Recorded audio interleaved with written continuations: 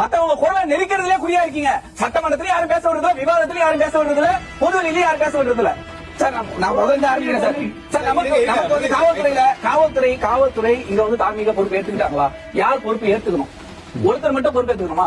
இங்க தாவேகா அவங்களுடைய கட்சி நிகழ்ச்சி மட்டும் இல்ல, பொதுவெளியில வைக்கிற நிகழ்ச்சி. ஏன் காவல்துறை கிட்ட பர்மிஷன் கேட்கணும்? பாதுகாப்பு நீங்க கொடுக்கணும்ட்டு. அவங்க எல்லாத்தையும் செய்யறாங்க அப்படின்னா நீங்க என்ன வேடிக்கை பார்க்க வந்தீங்களா? அப்போ ஈவென்ட்டுக்கு 606 பேர் காவல்துறை இருந்தாங்க இன்னைக்கு சொல்றாங்கல்ல, அன்னைக்கு 500 பேர் சொன்னாங்க. நமக்கு போலீஸை தலைமை வகிக்கிற டிஜிபி இன்னைக்கு பொறுப்பு டிஜிபி தான் இருக்காரு. ஏன்? பொறுப்பில்லாத முதல்வர் இருக்கிறதுனால இன்னைக்கு பொறுப்பு டிஜிபி தான் போட்டு நம்மளால வேலை செய்ய முடியுது. காவல்துறை யார் கண்ட்ரோல் இருக்காங்க? இன்னைக்கு நான் வந்து ஏதோ இந்த ஈவெண்ட்டை மட்டும் நான் வச்சு சொல்லல. இங்க ஒரு ஆக்ஸ் ஓவர் நடந்தது, அதுலயும் பாதுகாப்பு குறைபாடுகள். அதுக்கு முன்னாடி ஏஆர் ரஹ்மானுடைய கான்சர்ட் ஒன்று நடந்தது, அங்கேயும் பாதுகாப்பு குறைபாடுகள். சிஎம் கான்வாய் ரோட்ல நிக்குது 1 மணி நேரம், அங்கேயும் பாதுகாப்பு குறைபாடுகள். இன்னைக்கு சமூகத்துல சட்ட ஒழுங்கு சிறப்பா இருக்குது அப்படின்னா அதற்கு என்னுடைய துறை காவல்துறை தான் அப்படின்னு சொல்லிட்டு சட்டமன்றத்தில் பெருமை பேசிக்கக்கூடிய முதலமைச்சர் இந்த நிகழ்வுக்கு யாரை தண்டித்தார்? யார் மீது நடவடிக்கை எடுத்தார்? காவல்துறையின் மீது நடவடிக்கை எடுத்தாரா? அவர்களுக்கு பொறுப்பே இல்லையா? இப்படிதான் பொறுப்பை தட்டி கழிக்கணுமா?